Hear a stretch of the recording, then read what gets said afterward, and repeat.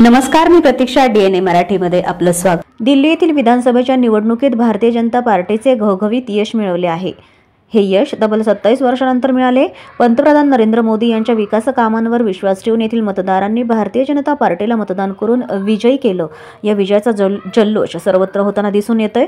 त्या यशाबद्दल आज परभणी जिल्ह्यात भारतीय जनता पार्टीच्या वतीनं शहरातील गव्हाणे चौकात फटाके फोडून जल्लोष साजरा करण्यात आला.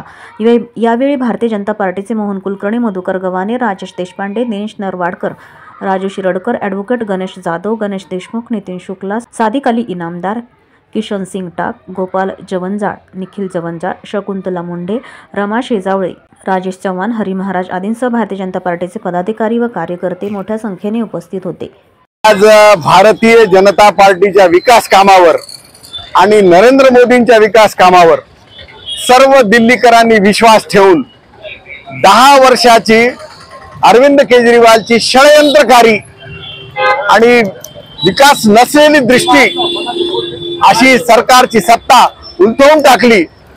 इथून पुढे दिल्ली आणि दिल्लीवासियांना चांगले दिवस आलेत याबद्दल मी भारतीय जनता पार्टी तर्फे नरेंद्र मोदी आणि दिल्लीवासियांना शुभेच्छा देतो आणि त्यांचं मनपूर्वक अभिनंदन करतो. धन्यवाद.